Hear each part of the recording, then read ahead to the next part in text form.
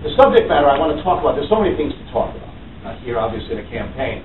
But there's certain themes that I think transcend the issues of the day, in a sense. And the issue of the rule of law in our Constitution is one that I've been talking about extensively throughout this campaign. I appreciate that other candidates raise it from time to time. But this is the heart and soul of who we are as a people here. What binds each and every one of us together. We all have our differences on a variety of issues. But I think there's a common sense of concern and interest about the organic law of our country. Those basic values and principles. And embodied in our Declaration of Independence, our Constitution, that each and every generation has borne the responsibility of trying to assure and guarantee, not only for their own benefit, but for future generations as well. And I've been deeply, deeply concerned that over the last several years, we've seen an assault on these very values and principles in our Constitution. And therefore, I regret to some extent that I'm making this a subject matter of a campaign debate and discussion. But I believe it is so critically important that all Americans understand how important it is that our very security as a nation, as well as a continuation of this process we call America, require that we discuss and talk about these values and principles which are under assault here. Benjamin Franklin, some 200 years ago, said that anyone that is willing to sacrifice liberty for security deserves neither security nor liberty. Those who would argue today, as many do, that in order for us to be more secure, we're going to have to give up some of our rights, is a frightening, frightening prospect. And too many people are embracing that as a valid argument here. Quite the opposite is true. If we're going to be more secure, it is critically important that we maintain these rights. That is the basis of our security, not a source of our weakness at all. And so my DNA, in a sense, about this issue, that Dennis very politely has suggested in his introduction this morning, dates back to when I was a year old, one of 5 children at the time. My father was a prosecutor with the Justice Department in the 1930s, and early 1940s.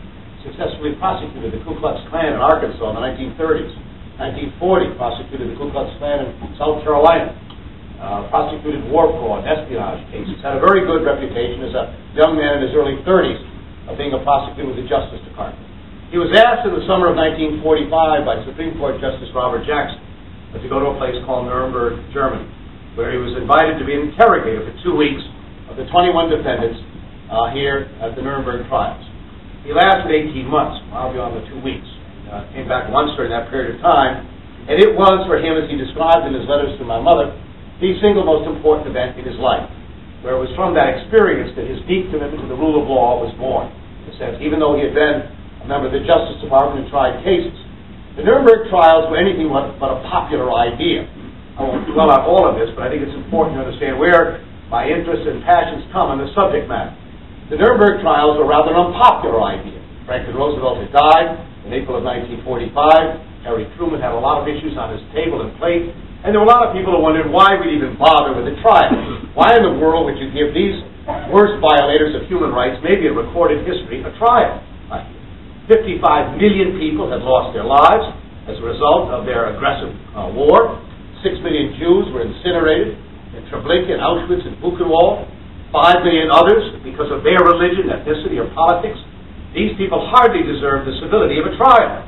Why would we possibly waste the time, effort, and energy to do so?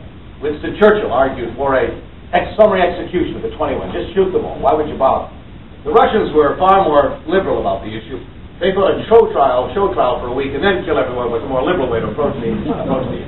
But in fact, because of people like my father, Henry Stimson, who was the only Republican in Franklin Roosevelt's cabinet, along with Sam Rosamond, who was a speechwriter for Franklin Roosevelt, Robert Jackson, a handful of others, argued strenuously to know there was a value in what we were doing. That those men and women who had lost their lives in World War II, who were buried in the fields of Belgium and France and small islands in the Pacific, deserved something more in recognition of what they had done than merely a competition for who won a war. There was a lot more at stake than just winning the war. There were a set of values and principles at stake. And that if we succumb to the vengeance of here summarily executing these people here, we were in a sense stooping to a level that we were trying to avoid through that conflict. And so we were willing to stand up and say, even these individuals deserve the rule of law. And so the trial went forward. And it was an epiphany for many people. And it was from which a lot of the institutions and structures which gave us relative peace for 60 years in this world were born. The Marshall Plan, NATO, the World Bank, the IMF, the UN system had been started. But it gave the United States the opportunity and the leadership to convince an otherwise reluctant world to join us in these efforts here. And so the Nuremberg trial was far more important than just a trial. It was also an opportunity for the United States to lead.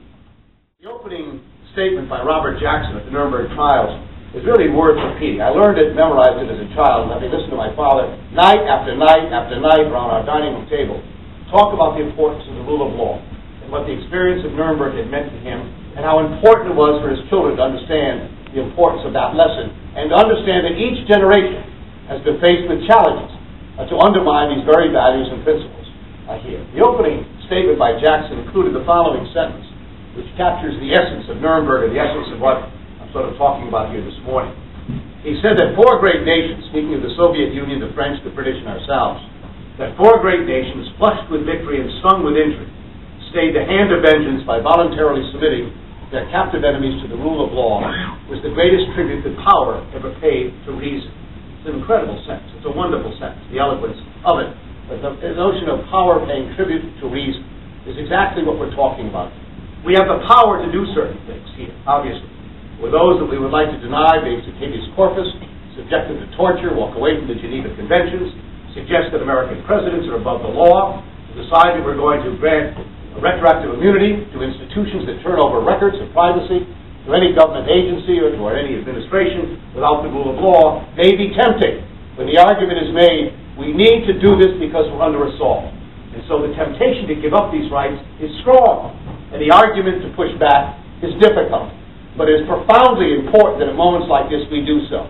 Because once you begin that erosionary process here, it becomes easier and easier and easier to accept that argument where further erosion would take place until we turn around and find ourselves looking back and discovering we've given up too much.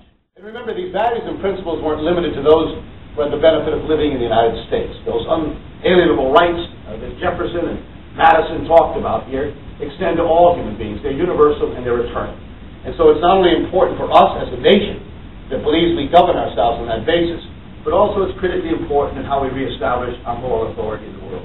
Say the word Nuremberg to most people in this country, it does conjure up a moment of moral high ground. Say the words Abu Ghraib and Guantanamo. Ask yourself to say those words, and what does it conjure up in our own minds? And I think all of us, regardless of whatever differences we may have within the political spectrum, would like once again to feel that sense of pride about our country, the kind of leadership, the great moments in our history when we've responded to the better angels in ourselves, rather than the temptation and the emotions of fear and hate, which are the easiest emotions to arouse politically, and the easiest to sustain. But I defy anyone in this room or elsewhere to cite one historical example where we've ever done anything out of fear and hate that we're proud of as a people here. The great moments in our history have been when we've risen above those emotions to do the better things for our nation.